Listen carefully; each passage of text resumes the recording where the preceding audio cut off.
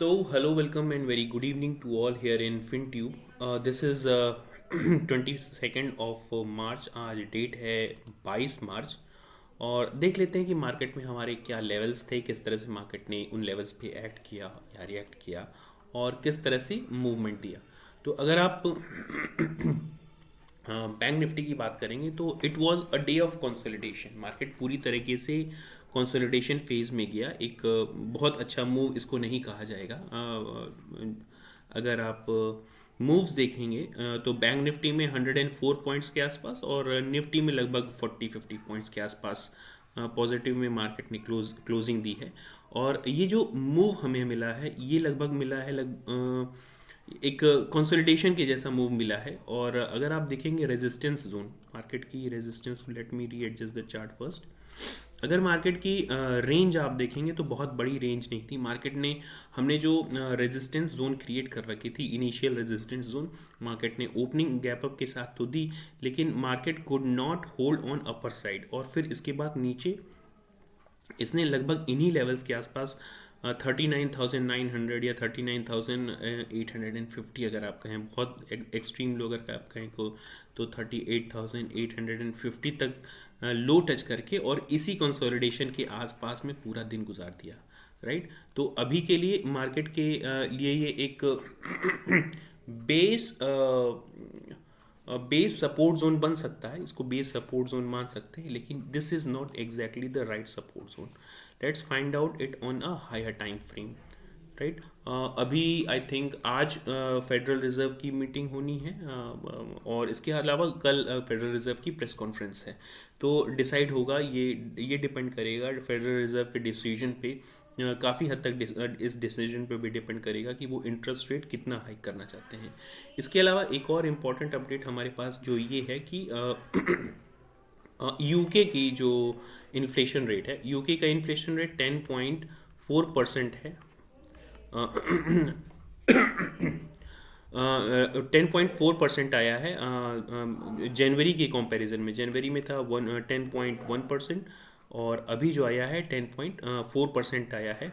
हालांकि एक्सपेक्टेशंस थी, फोरकास्ट थी 9.8 और 9.9 की, बट ये एक्सपेक्टेशन से काफ़ी ज़्यादा आया है. तो ये देखना काफ़ी इम्पोर्टेंट होगा कि यूके इस पे किस तरह से एक्ट करता है. हालांकि आपने देखा होगा कि इन्फ्लेशन रेट को कम करने के लिए यूरोपियन यूनियन ने 50 बेसिस पॉइंट का इंक्रीज़ किया था. अब ये काफ़ी इंपॉर्टेंट. देखिए, दो धारी तलवार पे खड़ा है इस समय फेडरल रिजर्व स्पेशली, और इवन द इकोनॉमी. क्या क्या वो चीज़ें हो सकती हैं. अभी एक तरफ तो बैंकिंग क्राइसिस है. राइट. बैंकिंग क्राइसिस चल रही है. दूसरी तरफ इन्फ्लेशन का भी फियर है, फियर ऑफ इन्फ्लेशन. तो इन दोनों को टैकल एक साथ नहीं किया जा सकता, क्योंकि अगर बैंकिंग क्राइसिस का मेन इशू क्या है, लिक्विडिटी.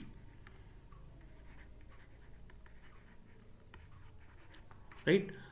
लेकिन अगर लिक्विडिटी बढ़ाता है फेडरल रिजर्व, तो इन्फ्लेशन का फियर जो है वो फिर से एक दैत्य रूप धारण कर लेगा, काफ़ी सीवियर हो जाएगा. तो लिक्विडिटी को अचानक से इन्फ्यूज़ नहीं किया जा सकता इकोनॉमी में.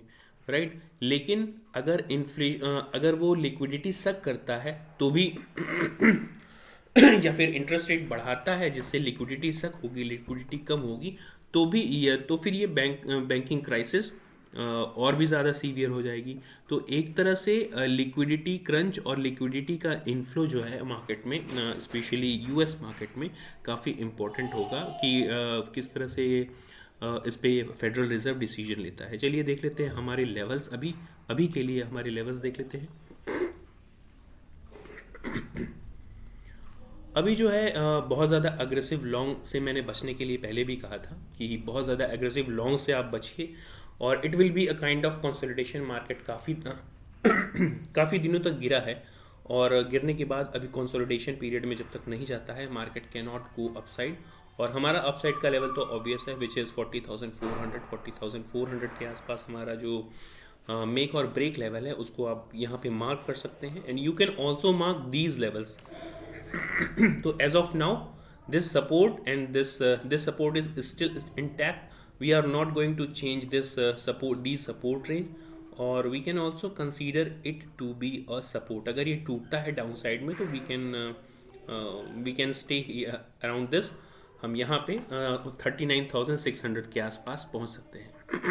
कल अगर ये टूटता है तो 39,600 के आसपास हम पहुँच सकते हैं.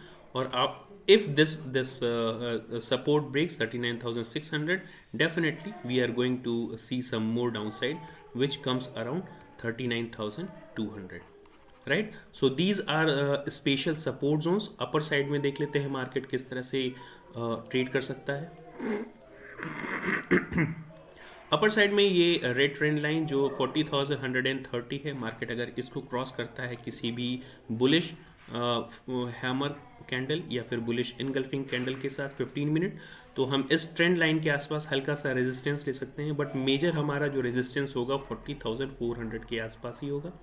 इसको अगर हम किसी भी तरह की बुलिश हैमर या फिर बुलिश इनगल्फिंग कैंडल क्रिएट करते हैं 15 मिनट की, remember the thing, this should be 15 minute candle, और इसको अगर हम क्लोज करते हैं, क्लोज करना बहुत इंपॉर्टेंट है, इस बात का ध्यान रखिएगा, तभी हम ऊपर के साइड में लॉन्ग साइड में अग्रेसिव प्ले कर सकते हैं. Otherwise we should not look too long into the market. Right.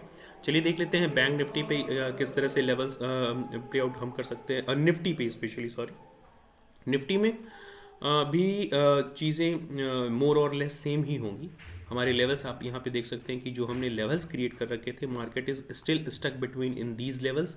और मार्केट ने ये जो कंसोलिडेशन दिया है आज, गैप अप ओपनिंग तो ठीक ठाक दी, लेकिन ये ओपनिंग, इसका हाई आप देख रहे हैं 17,207 के ऊपर नहीं लग सका. हालांकि बहुत लोगों का ऐसा मानना था कि मार्केट आज पूरी तरीके से ब्रेकआउट दे देगा, और मार्केट में जैसा कि मैंने अपने कल थंबनेल में भी ये बना रखा था कि क्या कल मार्केट एक रॉकेट बनेगा, क्या कल यानी कि आज के लिए मार्केट एक रॉकेट बनेगा, which was a question mark.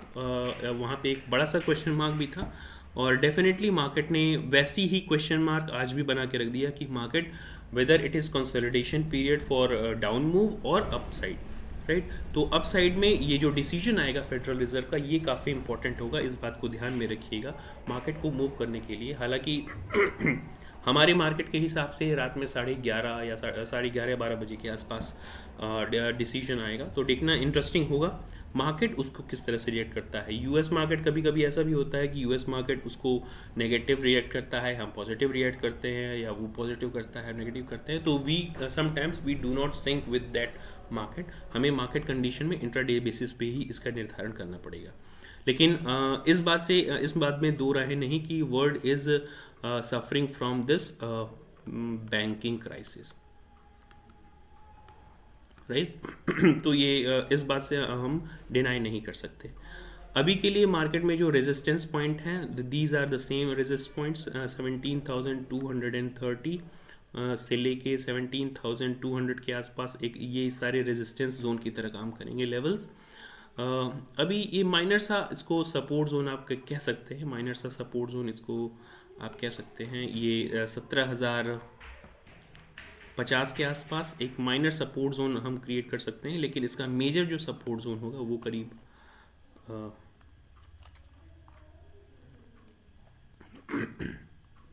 17,000, which is round figure level. This 17,000 should be the major support zone for this nifty thing. Right.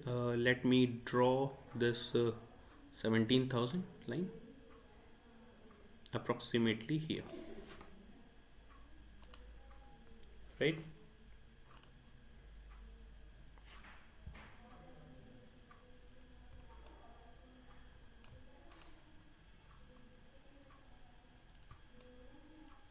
Yes, this 17,000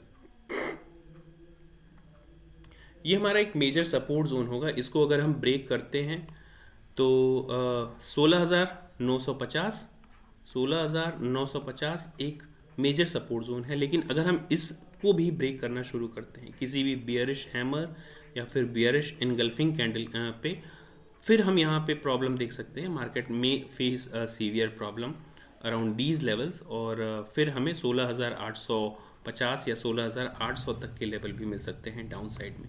so down side में अगर हम ये 16,950 या 16,900 को ब्रेक करना शुरू करते हैं तो हम डाउन साइड में 16,820 तक के लेवल देख सकते हैं, राइट। अपर साइड में जो रेजिस्टेंस हमारे सामने अभी निकल के आता है वो भी ऑब्वियस है, चलिए उसको भी देख लेते हैं, गेज कर लेते हैं। अपर साइड में ये सारे लेवल्स हमारे लिए हल्के फुल्के रेजिस्टेंस जोन का काम करेंगे, बट 17,220 से लेकर 17,000 स्पेशली 17,230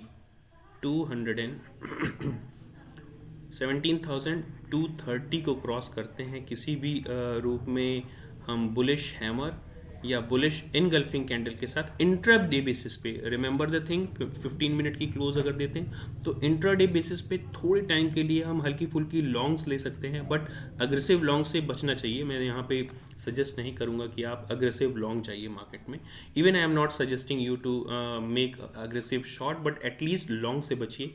किसी भी तरीके के जो बाइंग है आपको अगर करनी चाहिए तो 17,400 के बाद, मैं बहुत दिनों से इसको रिपीट कर रहा हूँ, बहुत दिनों से इसको मैं चिल्ला चिल्ला के बताने की कोशिश कर रहा हूँ कि 17,400 के बाद ही, क्लोजिंग के बाद ही हम किसी तरीके से मार्केट में लॉन्ग जा सकते हैं। अगर मार्केट यहाँ पे ये एक मेजर रेजिस्टेंस की तरह काम कर सकता है, 17,400 का जो लेवल है मार्केट में अगर आप देखेंगे तो FIIs ने डेरिवेटिव्स में शॉर्ट हैं, फ्यूचर्स में शॉर्ट हैं, और वो अभी कैश में भी शॉर्ट करके जा रहे हैं। तो they are not going to make their calls in losses, वो इसको लॉस में क्लोज करने की कोशिश नहीं करेंगे, और they will try to drag market according to their positions. वो मार्केट में अपनी पोजीशंस के हिसाब से मार्केट की कंडीशंस को बदलना चाहेंगे। सो अभी जो कंडीशंस बनती है sideways to slightly bearish बनती है, but that will also depend on some news and trigger points. तो ये काफ़ी इंपॉर्टेंट होगा, आप इन लेवल्स को मार्क करके अपने चार्ट पे रख सकते हैं। सो अभी के लिए इतना ही, that's it for today, thank you very much.